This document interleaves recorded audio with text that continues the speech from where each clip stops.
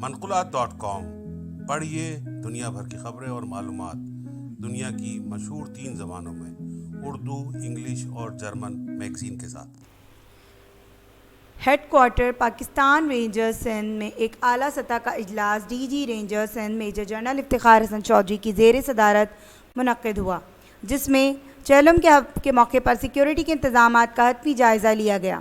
اجلاس میں additional I G P Karachi, additional commissioner Karachi, director I B, D I G, C I A, D I G P, traffic, police, rangers اور حساس اداروں کے اعلیٰ افسران نے شرکت کی۔ اجلاس کے دوران قانون نافذ کرنے والے اداروں نے صوبہ بھر میں چہلم کے جلوسوں کی سیکیورٹی کو یقینی بنانے کے لیے کیے جانے والے اقدامات کا تفصیلی جائزہ لیا۔ اجلاس میں فیصلہ کیا گیا کہ رینجرز اور پولیس کی جانب سے چہلم کے حوالے سے مشترکہ فلیگ مارچ اور سنیپ چیکنگ کے عمل کو مزید مؤثر بنایا جائے گا، تاکہ تمام مکاتب فکر کی اجتماعات، مجالس اور جلوسوں کی داخلی و خارجی راستوں کی سیکیورٹی کو یقینی بنایا جا سکے۔ کورونا کی روک تھام کے حوالے سے حکومت سندھ کی جاری کردہ SOPs پر عمل درآمد کو یقینی بنایا جائے گا۔